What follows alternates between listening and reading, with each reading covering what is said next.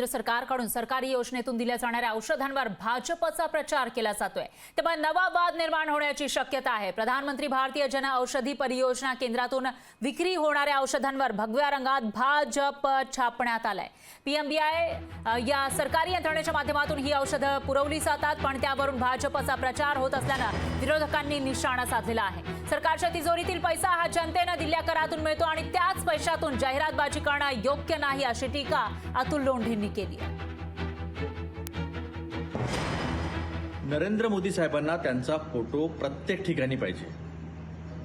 आता प्रधानमंत्री जनऔषधी केंद्र येत आहेत, म्हणजे जेनेरिक औषधांचे, स्वस्त औषधांचे दुकानं, त्याच्यावर सुद्धा नरेंद्र मोदींचा फोटो पाहिजे नाही। आमचं तर म्हणणं आहे की शौचालयाच्या आतमध्ये पण नरेंद्र मोदींचा फोटो लावा। पेट्रोल जिथे महाग आहे 100 रुपयाचं, ते 100 रुपये लिहून त्याच्यावर सुद्धा मोदींचा फोटो लावा। काय ही प्रवृत्ती आहे? हे भारत सरकार आहे। व्यक्ती येईल व्यक्ती जाईल, पण हे भारत सरकार आहे।